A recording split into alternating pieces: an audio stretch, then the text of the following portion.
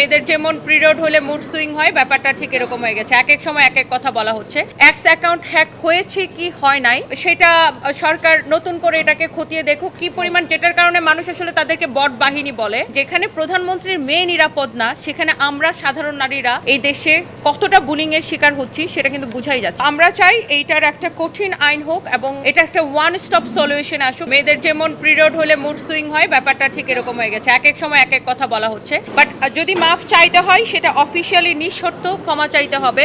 এবং ধরেন জামাতে ইসলামের যিনি প্রধান, উনি একবার এক কথা বলছেন, আবার ওনার দলের বিভিন্ন নেতারা, এই যে আমি মেনশন করে দিলাম যে সাতক্ষীরার একজন সংসদ সদস্য, এক এক সময় ওনারা এক একজন এক এক কথা বলছেন। তো নারী বিদ্বেষী বক্তব্য কিন্তু থামছেন। এবং যে সাইবার বুলিং এর যে বিষয়টা, আমরা প্রত্যেকটা নারী কিন্তু বলতে পারবো যে আমরা প্রত্যেকে কিন্তু সাইবার বুলিং এর কি পরিমাণ সাইবার বুলিং এর সম্মুখীন হই। এবং কারোর ধরেন রাজনৈতিক মতাদর্শ ভিন্ন হইতে পারে, তার মানে এই না যে ফেক আইডি দিয়ে তাদের কি পরিমাণ কত লক্ষ ফেক আইডি আছে সেটা সরকারের খতিয়ে দেখা উচিত, যে তারা কি পরিমাণ, যেটার কারণে মানুষ আসলে তাদেরকে বট বাহিনী বলে।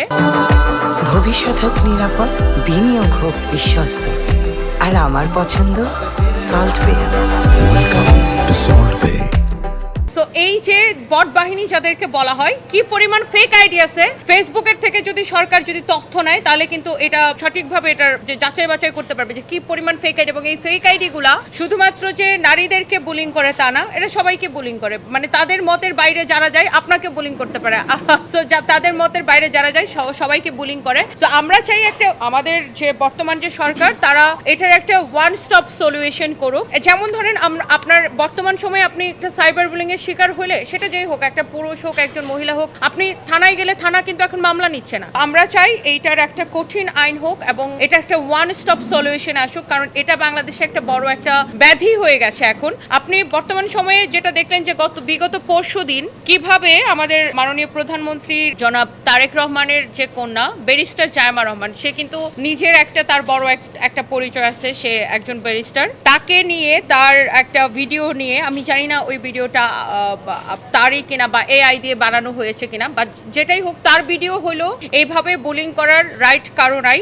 এবং যদি এটা এআই দিয়ে বানানো হয় এটা তো আরো জঘন্যতম অপরাধ। সো এই যে দেখেন, যেখানে প্রধানমন্ত্রীর মেয়ে নিরাপদ না, সেখানে আমরা সাধারণ নারীরা এই দেশে কতটা বুলিং এর শিকার হচ্ছি সেটা কিন্তু বুঝাই যাচ্ছে। এবং প্রত্যেক শ্রেণী পেশার নারীরাই কিন্তু বুলিং এর শিকার হচ্ছে, সাথে পুরুষরাও বুলিং এর শিকার হচ্ছে। তো আমরা চাই সরকার আমাদেরকে এটার একটা ওয়ান স্টপ সলিউশন দিক। এটা আমাদের বর্তমান সরকারের কাছে আমাদের এটাই চাওয়া। এখন বর্তমানে যারা 7 জন নারী সংসদ সদস্য হয়েছে তাদেরকেও কিন্তু বুলিং করা হচ্ছে, এবং 3 জন মন্ত্রী হয়েছে, সো তাদেরকেও কিন্তু বুলিং করা হচ্ছে। সো এই দেশে অ্যাকচুয়ালি সকল নারীদের, মানে কোনো নারী আমরা আসলে নিরাপদ বোধ করছি না। বিদায়ের সরকারের কাছে আপনি যদি একটা দাবি জানান, সে আমাদের দাবিটা কতটুকু পূরণ করতে পারবে তার এই সময়, যে স্বল্প সময়ের মধ্যে।